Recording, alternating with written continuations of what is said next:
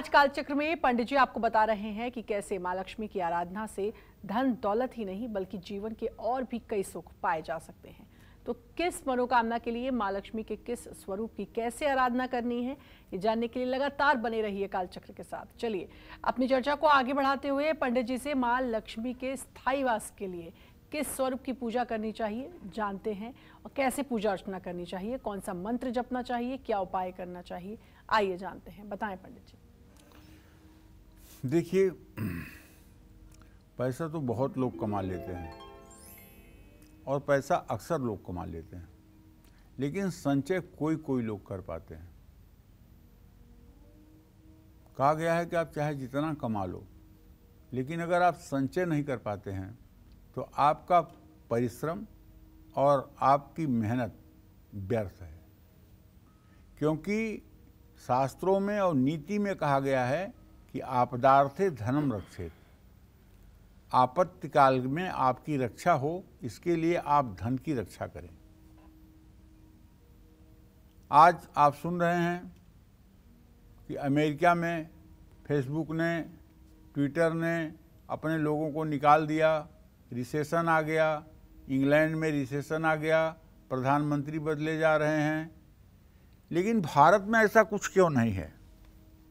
क्योंकि भारत का अर्थशास्त्र जो है शेयर पर नहीं टिका हुआ है। भारत का अर्थशास्त्र गाय पर टिका हुआ है, गाय पर। गोधन, सबसे पहला धन गोधन, गज धन, बाज धन और रतन धन खान। यहाँ का अर्थशास्त्र कृषि पर टिका हुआ है।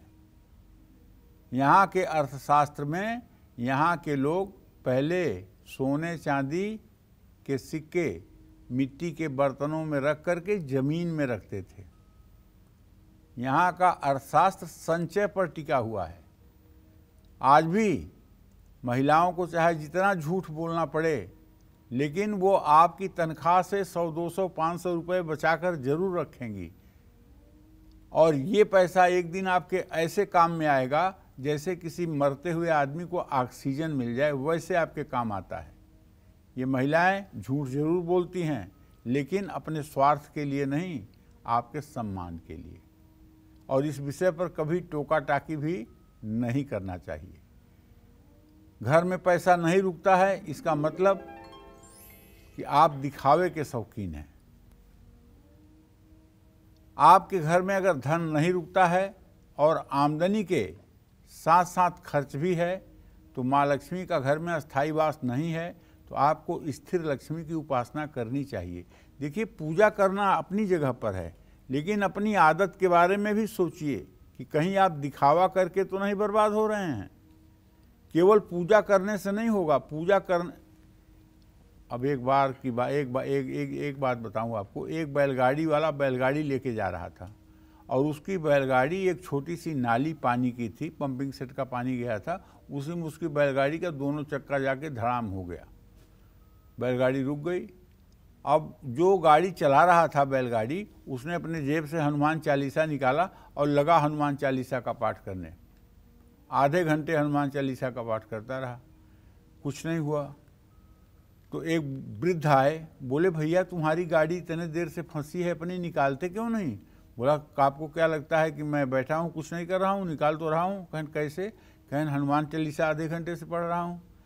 कहन भैया, हनुमान जी भी सीता का पता लगाने के लिए समुद्र पार करके गए थे। आपकी तरह मंत्र पढ़ के सीता का पता नहीं लगाए थे।